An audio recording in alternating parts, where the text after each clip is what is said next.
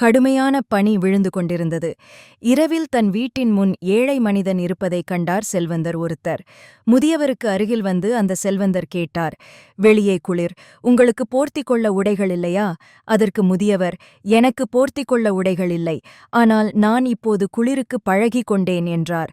அதற்கு செல்வந்தர், "நான் வரும் வரை காத்திருங்கள், நான் உங்களுக்கு ஆடை தருகிறேன்." அந்த ஏழை மனிதன் மிகவும் மகிழ்ச்சியாக இருந்தார். அவர் காத்துக் கொண்டிருந்தார். அந்த செல்வந்தர் தன் வேலையால் ஏழை மனிதனை மறந்துவிட்டார். காலையில் அவர் அந்த ஏழை மனிதனை நினைவு கொண்டார். உடனடியாக அவரை பார்க்க சென்றார். ஆனால் அந்த முதியவர் குளிரால் இறந்துவிட்டார். அந்த மனிதன் கையில் எழுதப்பட்டுள்ளது, "எனக்கு சூடான உடைகள் இல்லாதபோது நான் குளிருக்கு போராட முடிந்தது. ஆனால் நீங்கள் எனக்கு உதவ வாக்குறுதி அளிக்கும்போது நான் உங்கள் வாக்குறுதிக்கு அடிமையாகி நான் குளிர்க்கு எதிராக இருக்கும் திறனை இழந்துவிட்டேன்." வாக்குறுதி அளிக்கும் முன் பொய்யான வாக்குறுதிகளை உருவாக்கும் முன் யோசியுங்கள்.